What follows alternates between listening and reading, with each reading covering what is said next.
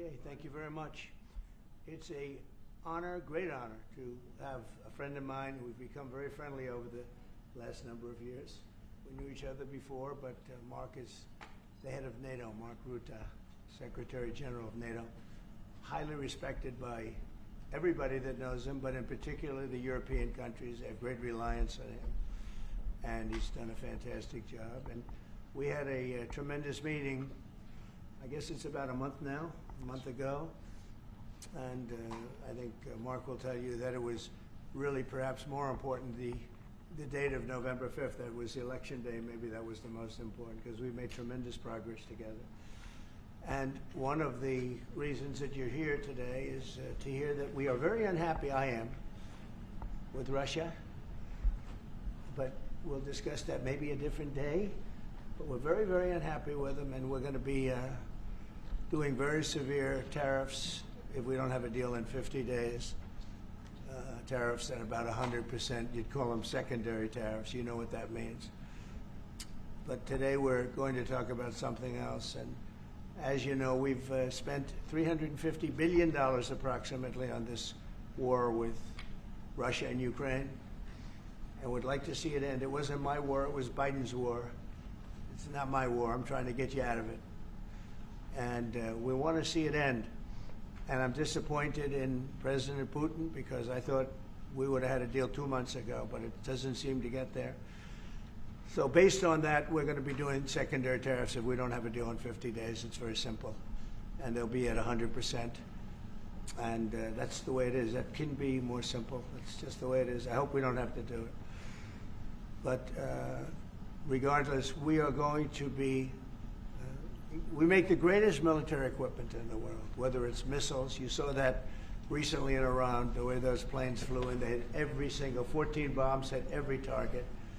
Then you had the helicopters shoot a total of 30 bombs, 30 missiles, and they hit every single, Marco, is that right? Every single, Pete, every single target. And it was, I guess, on a scale of 0 to 10, they say it was about a 15. That's how successful it was. That's how lethal it was, a word they like to use nowadays. But it was an amazing, well-organized attack that people in this country want to do for 24 years. You know, when we had the pilots in last week, they were saying, "Sir, we've been practicing this for 24 years," meaning people, not them, but other people that are a little older now. But they too, and you were the one that let us do it. But we've been practicing it 3 to 4 times a year for 22, 24 years, because they always knew they had to stop Iran from doing what they were doing, which is trying to come up with a nuclear weapon, a nuclear bomb. And we did it very successfully. And we make the best equipment, the best missiles, the best of everything. The European nations know that. And we've made a deal today, and I'm going to have Mark speak about it, but we've made a deal today where we are going to be sending them weapons, and they're going to be paying for them. The United States will not be having any payment made. We are not buying it, but we will manufacture it, and they're going to be paying for it.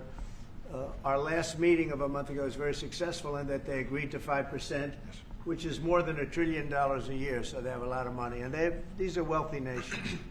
They have a lot of money, and they want to do it. They feel very strongly about it, and we feel strongly about it too. But we're in for a lot of money, and we don't want to do anymore, and we can't. But we make the best, and we're going to be sending the best to NATO, and in some cases to maybe, at Mark's suggestion, if we go to Germany, where they're going to send early on missiles, and they'll be replaced, and NATO is going to take care of it. It's going to be coordinated by NATO, and they're going to work very much with Matt Whitaker, who's right here, who's a great ambassador, and Matt's going to be coordinating. You better do a good job, Matt. I will. But Matt's going to coordinate. He's a very talented guy. He's going to coordinate everything. So in a nutshell, we're going to make top-of-the-line weapons, and they'll be sent to NATO. NATO may choose to have certain of them sent to other countries where we can get a little additional speed, where the country will release something, and it'll be mostly in the form of a replacement. And I'd like to have Mark, and again, just a highly respected, pretty young guy, pretty young guy for having had the career that he's had, because Don't laugh. he had an amazing career before going to NATO. So we spent a lot of time together over the last couple of months. And if you could say a few words. Absolutely. Thank you. No, Mr. President, dear Donald, this is really big. This is really big. You called me on Thursday that you had taken a decision. And the decision is that you want Ukraine, what it needs to have to maintain, to be able to defend itself against Russia, but you don't want Europeans to pay for it, which is totally logical. And this is building on the tremendous success of the NATO summit, the 5%, but also the decision to keep Ukraine strong and the decision to increase our defense industrial production. So based on that, that was Europe stepping up. This is again Europeans stepping up. So I've been in contact with many countries. I can tell you that at this moment, Germany massively, but also Finland and Denmark and Sweden and Norway, the United Kingdom, the Netherlands, Canada, they all want to be part of this. And this is only the first wave. There will be more. So what we will do is work through the NATO systems to make sure that we know what Ukrainians need, so that we can make packages. Of course, in a way, we discussed it this morning with Pete Hegseth at the Pentagon, in a way that, of course, the US will keep on its stockpiles necessary to defend this country. That's absolutely clear. But it will mean that Ukraine can get its hands on really massive numbers of military equipment, both for air defense, but also missiles, ammunition, etc., etc. So if I was Vladimir Putin today and hear you speaking about what you are planning to do in 50 days, and this announcement, I would reconsider whether I should not take negotiations about Ukraine more seriously than I was doing at the moment, if I was Vladimir Putin. But when I'm Ukraine, I think this is really great news for them. So I really want to thank you for that, and it means the Europeans paying for it. And again, I mentioned all these countries, we will deal with that. And exactly as you said, it might also mean that countries will move equipment fast into Ukraine, and then the US later backfilling it, because speed is of the essence here. So really, thank you. This is important. You did a great job. It's a really great job. We've been very successful in settling wars. You have India, Pakistan, you have Rwanda and the Congo. That was going on for 30 years. India, by the way, and Pakistan would have been a nuclear war within another week, the way that was going. That was going very badly. And we did that through trade. I said, we're not going to talk to you about trade unless you get this thing settled, and they did. And they were both great leaders, and they were great. But Rwanda and the Congo, that was going on for 30 years, and at least 7 million people killed, and killed with a lot of pretty rough weapons like machetes, heads chopped off, going on for many years. You couldn't even get near the countries. Nobody wanted to get near. It's so frightening. And we got that one solved. Serbia, Kosovo, got that solved. That was going to be one that was going to happen. And again, that was something I use. I use trade for a lot of things, but it's great for settling wars. That was really very important. We're working, Marco is working very hard with everybody here on the Strip, the Gaza Strip. I call it the Gaza Strip, one of the worst real estate deals ever made. They gave up the oceanfront property, one of the worst deals ever made. But it was supposed to bring peace, and it didn't bring peace. It brought the opposite. But we're doing pretty well on Gaza. Steve Witkoff is here, and I think we could have something fairly soon to talk about. And we solved other one that we just seem to have, Armenia and Azerbaijan. It looks like that's going to come to a conclusion, successful conclusion. We worked on Egypt with our next door neighbor who is a good neighbor. They're friends of mine, but they happened to build a dam which closed up water going into a thing called the Nile. I think if I'm Egypt, I want to have water in the Nile, and we're working on that one. It's a problem, but it's going to get solved. They built one of the biggest dams in the world, a little bit outside of Egypt. You know about that? You've been hearing about that one. And that turned out to be a big problem. I don't know. I think the United States funded the dam. I don't know why they didn't solve the problem before they built the dam. But it's nice when the Nile River has water. It's a very important source of income and life. It's the life of Egypt. And to take that away is pretty incredible. But think we're going to have that solved very quickly. So we do good. The only one we haven't been able to get to yet is Russia. And I'm not happy. And I will tell you that Ukraine wants to do something. Again, it's a war that should have never started. If I were president, it never would have happened. I used to speak to President Putin about it a lot. It was the apple of his eye. But once I saw what was going on, I said, you know, they're gonna have a war here. I was outside. The election was rigged. And I was outside looking in. And I said, you know, that thing's going to be a war. Couldn't believe it. Because what Biden said was the exact opposite of what should have been said. And it started, and it's a real mess. We're losing, I guess they're losing 5,000 or 6,000 people a day. It's actually now more. I was saying 5,000 a day. It's actually more now. Mostly soldiers, but a lot of people in cities and towns that are getting blown up too. It's a horrible war, and it should be stopped. And so if it's not done, if we don't have an agreement in 50 days, that's what we're doing. Secondary tariffs, and they're biting.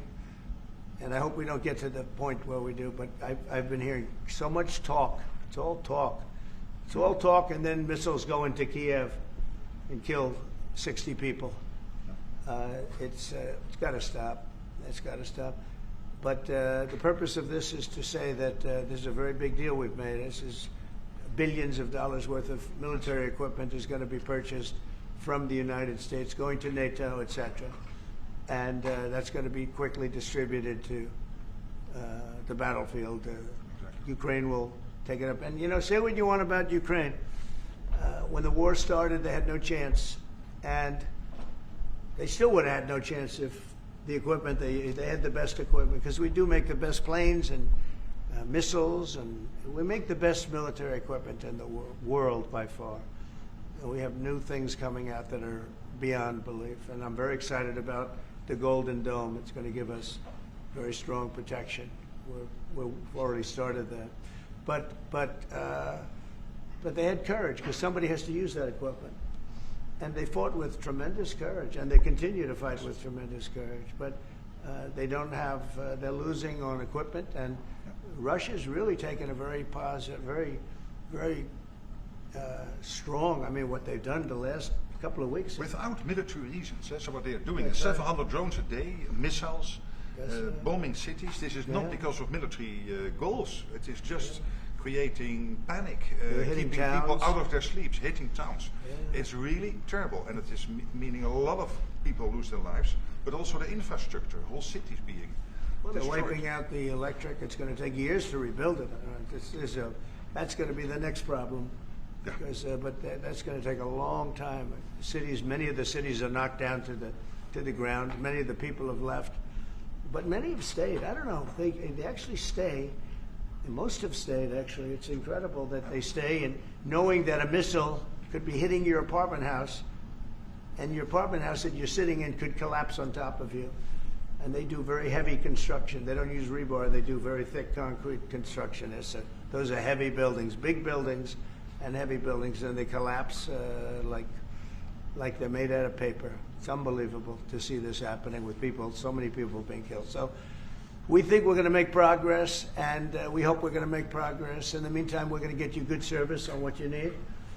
And we really became friendly with NATO this last meeting. You know, we went from 2% to 5%, which everyone said was not even a possibility. They weren't paying 2%. Many of them were paying much less than 2%. But even those, since you became president, all committed to the 2% before the summit. And now collectively we committed to the 5%. That's right. They did. They've been very good. And I think I made a lot of friends over there. We had a couple of days of very intensive talks. And they're great people. They're leaders of countries. Leaders of countries. Many of them great countries. Some of them smaller countries. But for the most part, I'd say very solid, strong countries, and very successful. Some of them are among the most successful countries in the world. So that's the story. We hope that's going to have an impact on Vladimir Putin, and we hope it's going to have an impact on Ukraine also. We want to make sure that Ukraine does what they have to do. All of a sudden they may feel emboldened, and maybe they don't want. You know, this is a very difficult situation. Ukraine wants a peace deal. I think so. And they will stay committed to that, there's no doubt. They want it. Yeah. But the Russians have to become They have to serious. continue to want it, though. Yeah, I agree. But You know, you and I because will all of make a sure of sudden- that. All of a sudden they get all But these you and I will weapons. make sure of that. We'll make sure. I feel confident that they will do what has to be done. Plus, we have certain parameters that both sides know, and we already know what should be done. So I think that's going to be it's going to be very strong. We want everlasting peace. Any questions, please? Yes. Thank you, Mr. President. What was the tipping point for you in making this decision? Was it a conversation with President Putin? Was it a piece of intelligence? And why are you giving 50 more days? I think I think it's a very short period of time. I think, don't forget, I've just really been involved in this for not very long, and it wasn't initial focus. This is a Biden war. This is a Democrat war, not a Republican or Trump war. This is a war that would have never happened. It shouldn't have happened. A lot of people being killed. When the final numbers come in, you're going to see a lot more people are being killed in this war than you think, than you've been writing about. It's a very deadly war. They're all bad, but this is a very deadly war.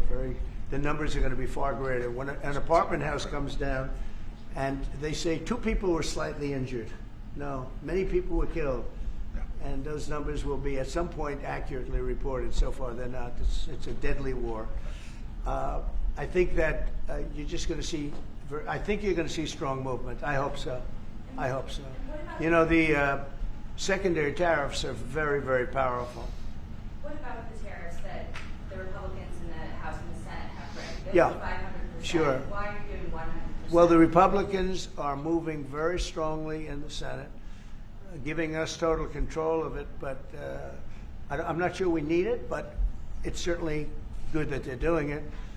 And Lindsey Graham's working hard. The whole John Thune, all of them, they're all working hard, and they're in coordination with Mike Johnson, Speaker in the House.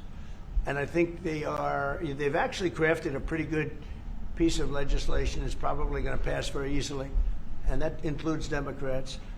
And there's some little tweaks, but I don't want to say I don't need it because I don't want them to waste their time. It could be very useful. We'll have to see. But we can do secondary. We're probably talking about 100% or something like that. We can do secondary tariffs without the Senate, without the House. But what they're crafting also could be very good. So are you suggesting then that the Congress should move forward with those sanctions, the 500%, and that your 100 would be a separate additional action? Yeah, I mean, the 500 is, sort of meaningless after a while because at a certain point it doesn't matter. It's not going to be, it's 100. 100 is going to serve the same function. But, I have it at 100%.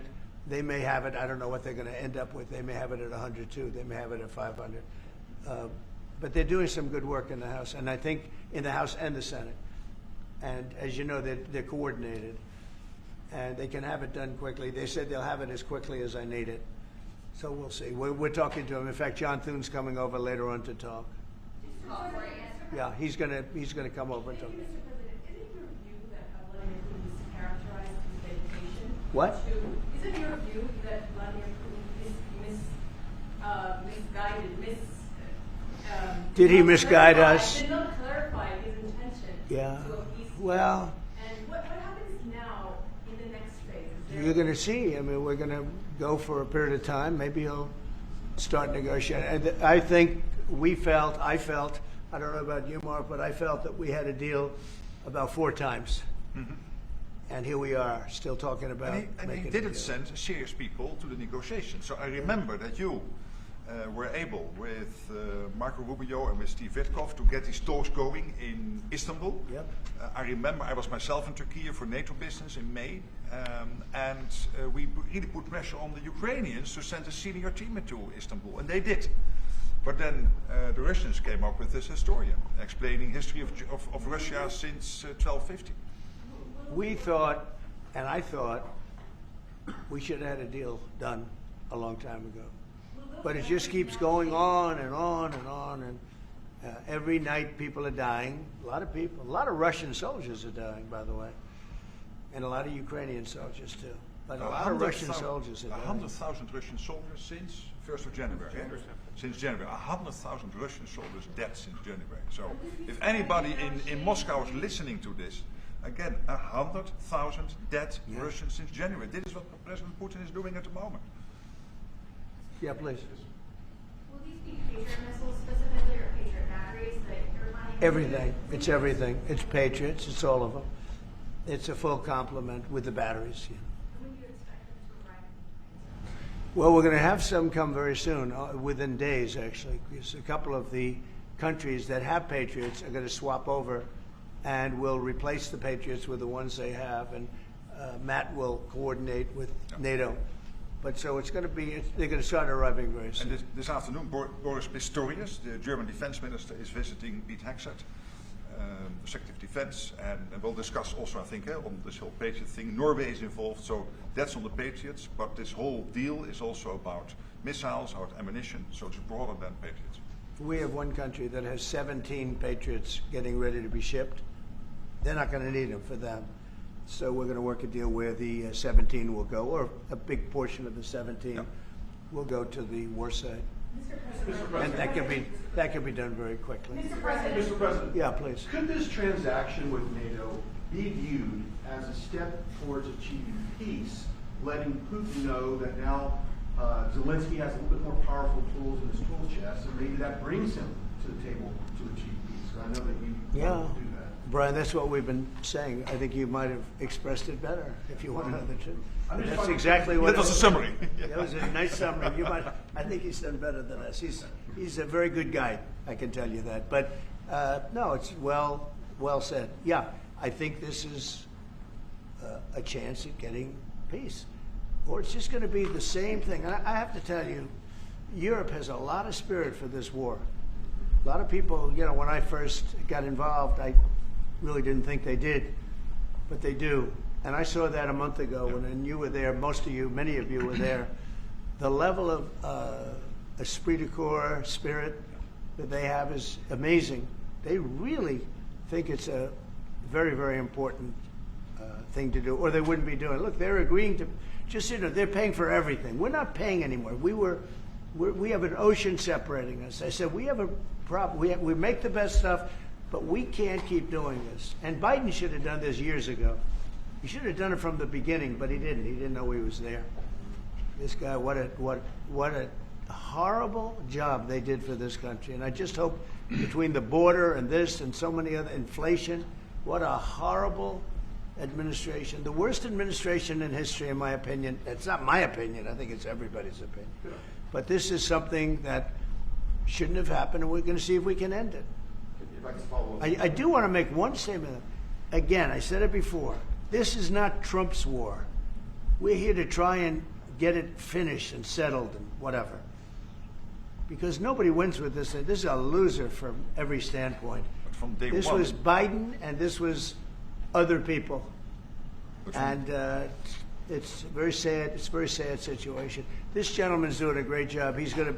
I think he's going to get it, and Matt and everybody else that's working on it. I think he'll get this thing over with, hopefully. Can I ask you about the Yeah. President, you've praised European countries today as standing up for Ukraine as being strong. Will you allow them to continue to negotiate tariffs lower than 30% before August 1st, or is the deal set? What does that mean? You mean you're talking about the tariffs? Trading on Oh, tariffs. you're back on tariffs. You're on a more friendly tariff, right? A little bit more friendly tariff. No, we're going to be talking to people. We have, I watched a show this morning. They were talking about, well, when's he going to make the deal? The deals are already made. The letters are the deals. The deals are made. There are no deals to make. They would like to do a different kind of a deal, and we're always open to talk. We are open to talk, including to Europe. In fact, they're coming over. They'd like to talk to us. Mr. President, is there any concern about the U.S. stockpiles? There was a pause in delivery of weaponry to Ukraine in order to evaluate, apparently, U.S. stockpiles. What came out of that? Evaluation. I mean, this was a very big, what we're talking about today is a very, very big day. And what Pete was doing, and me too, I knew what Pete was doing, was evaluation, because we knew this was going to happen. And now we actually announced it. They voted on it. It's all been done. So obviously that has a big impact on, when you say pause, obviously you're not going to be doing things if you don't know what's going to happen here. But we were pretty sure this was going to happen, so we did a little bit of a pause. But this is a very big This is a very big event today. This is something very Mr. big. President, if it escalates further, how far are you willing to go in response? In what? In what? How far are you willing to go if Putin were to escalate, send more bombs? Don't ask me a question like that. How far? I don't know. I want to get the war settled. They're not Americans that are dying in it, and you know I have a problem, and JD has a problem. It's a stance that he's had for a long time.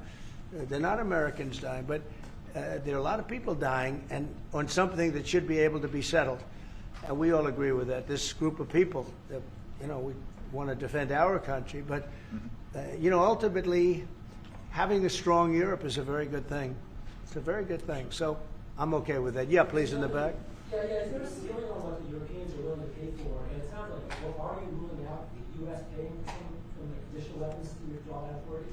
Shall I try to answer Please. that? Because Yeah. basically what the president is saying, that he is willing, of course, taking consideration what the US needs itself. So it's not that you can have a shopping list and you can order whatever you want, because the US has to make sure that the US keeps its hands on what the US needs, also to keep the whole world safe, because in the end you are the police agent of the whole world.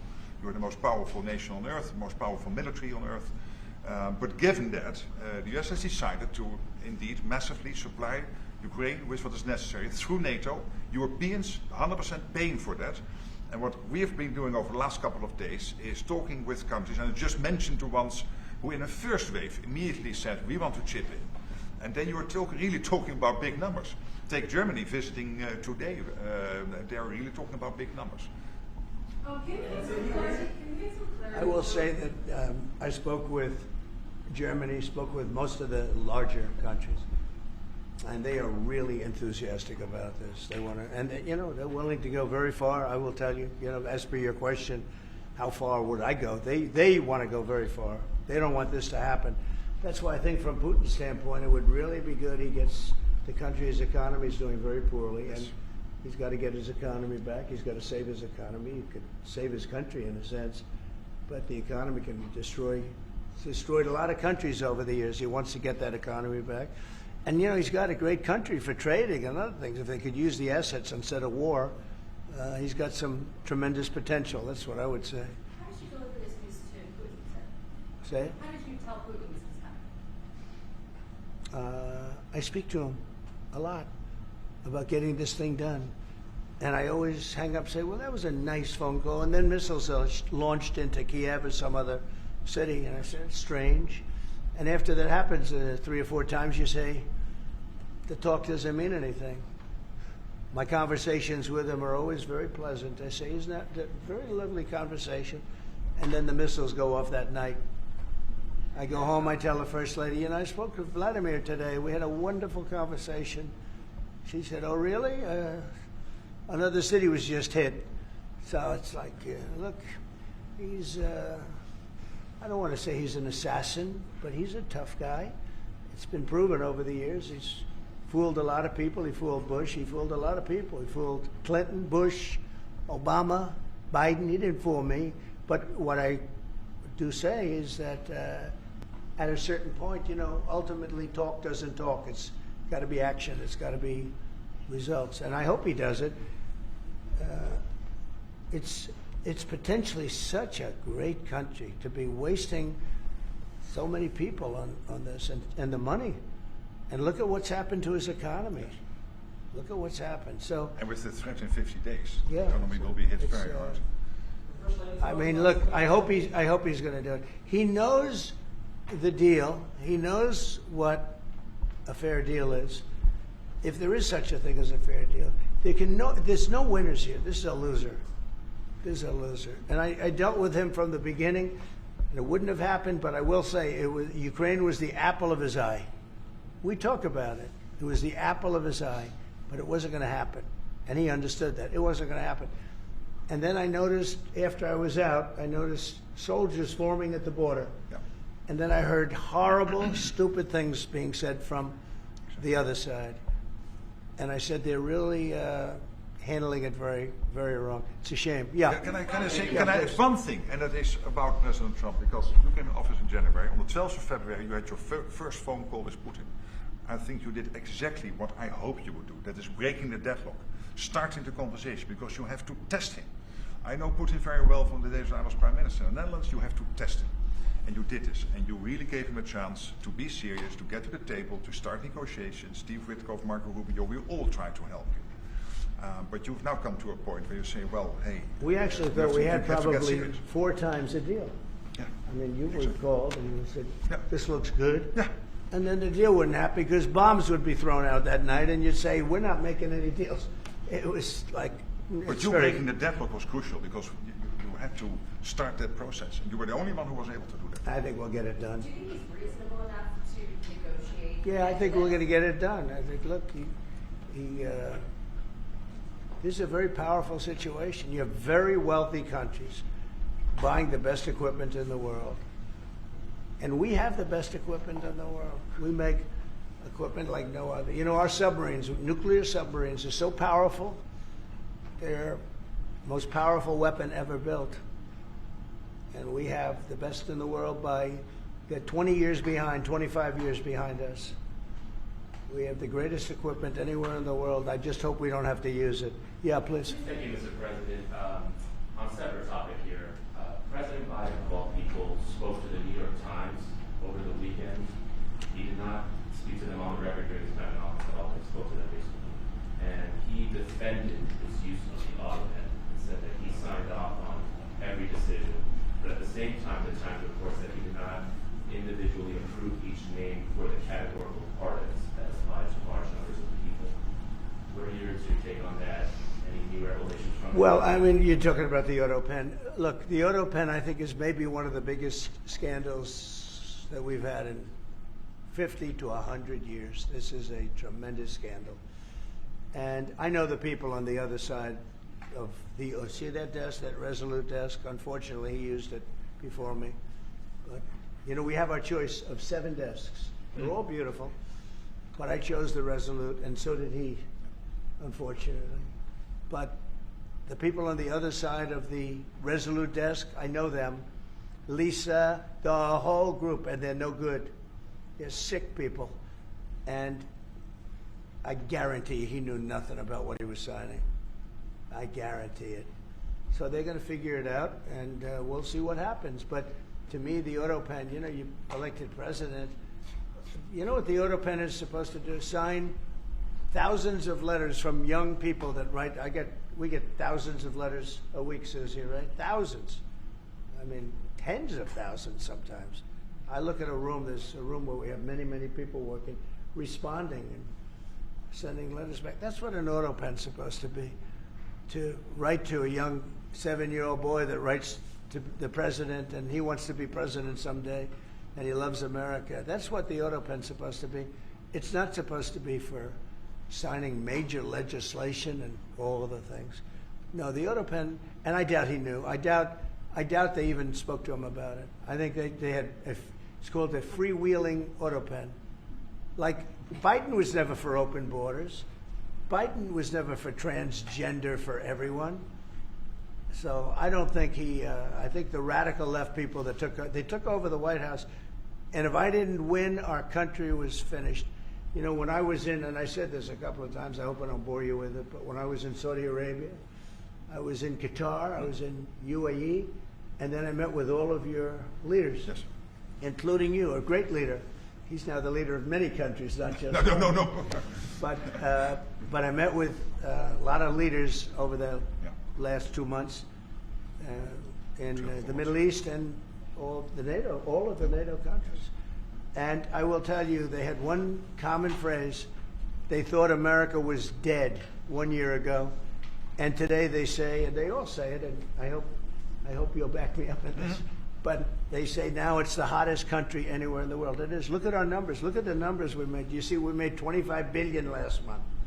We didn't make that for years. The tariffs are kicking in. The economy is very strong. Even though we have a Fed person who's terrible, he doesn't know what the hell he's doing, but that's all right. We blow through interest rates. We're doing so well, we blow through it. Be nice because people would be able to buy housing a lot easier. But think of it. We thought your country was dead, and they were dealing with China because they were really going to China, but not anymore. But we thought your country was dead, and now you have the hottest country anywhere in the world. So we've done a really good job, and It's an honor to have this man. This man is a star, and he's going to be dealing with another one of my stars, Matt, and you're going to do a great job, Matt Whitaker, okay? Thank you very much, everybody. Thank you, Brian. Thank you, Brian. Thank you.